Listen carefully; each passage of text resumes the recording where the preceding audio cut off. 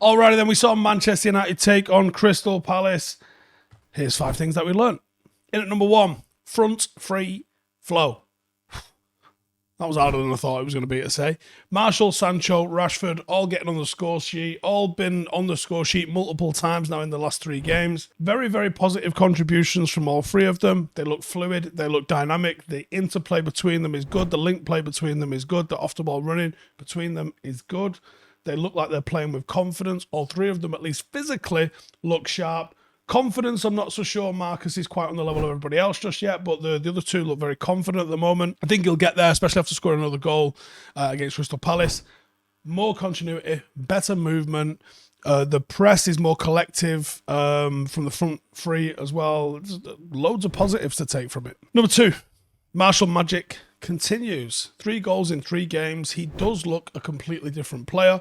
He is playing with a hell of a lot of confidence. He is heavily involved. The lack of competition, seemingly on the surface of things, seems to have done him a world of good. He seems comfortable within himself. He looks energized, if that makes sense.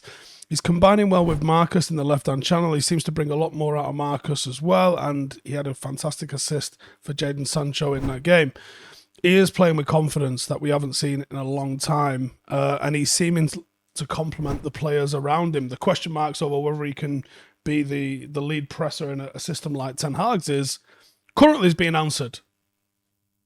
Still pre-season, but you have to say, but the evidence in front of us at the moment, it's feasible that he could lead the line for United next season. Number 3, Malacia's statement. I think he looks every bit a player that can seriously threaten Luke Shaw's starting berth at the moment. Looks like he could have been a steal for 15 million euros. He's got real good pace. He is very assured in both his passing and ball progression. He's also solid enough defensively and he recovers well. Really good balance that he offers going down that left-hand side. Thought it was a bit of a standout performance from him today. Wasn't impressed in the first game against Liverpool. Understandable circumstances. Didn't really pull up any trees in the following game. But then against Crystal Palace, we started to see probably what Ten Hag knew was in him. And it can take a little bit of time to settle in. I'm sure he's not finished settling in just yet, but it was a good performance and one worth talking about, that he did manage to step up and he did look to start playing at a much higher level than had been the case previously. Number 4, Ronaldo dilemma. If Ronaldo stays, he's going to have to play. If he hampers the unity and togetherness that United are playing with, he can't stay and he can't play. Him coming back in and breaking up what currently looks like an extremely well-balanced and cohesive front 3 would be a travesty. It's feasible that he changes the whole dynamic. I think it's a very easy and lazy sort of analysis to be able to go, can't play Ronaldo in this system, it doesn't suit him. United aren't fully playing the system that Ajax played. Tony Marshall is not doing what Haller used to do in this system, and Haller did very much what I thought Ronaldo would do in that system.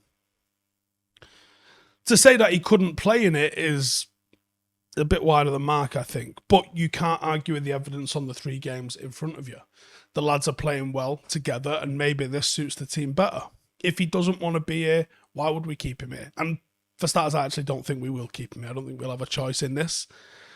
If he does stay, if he isn't able to find a club that suits what he's after, because I think that's all it is, he's got offers. There's certainly offers.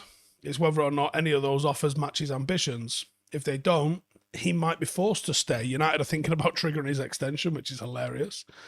But if he does stay, there's a major, major decision to be had. And finally then, Ten Hag's razor sharp Reds. We are playing at a different speed and a different gear and a different mindset to how we played last season. This is beyond pre-season tempo. It looks really good. It looks really sharp. Whatever Ten Hag's regime is, it is working. Interesting to see what the ceiling for this level of intensity is going to be going into the season. There's some people have got the concerns about whether this intensity is being able to be maintained, people from within the club that I've spoken to. The team is playing as one offensively and moving like a unit defensively. We are pressing and squeezing at all the right times, and it's very nice to see. He has a very, very clear idea of how he wants the team to play. Whether they can maintain it, whether he gets the opportunity to implement it with the players that he requires is another thing. We do need more quality through the middle of the park. I see exactly where Frankie de Jong fits into this. But it must be said, I can't sit here and not say it.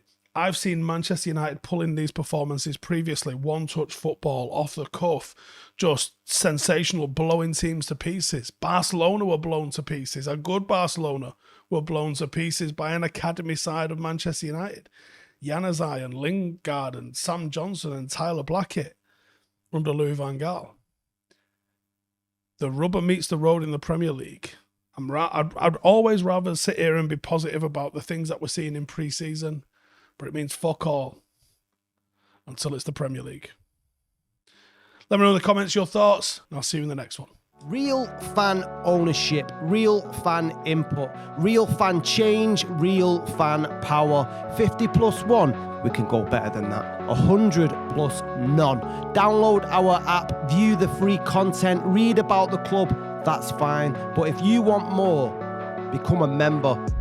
To vote, to go behind the scenes, to make an impact, interact with a global community around the world, influencing how we grow, where we play, club ethics and values. The more members we have, the faster we grow. Support the club, run the club, own the club. This is ours and no one will take it away. The future is in all our hands.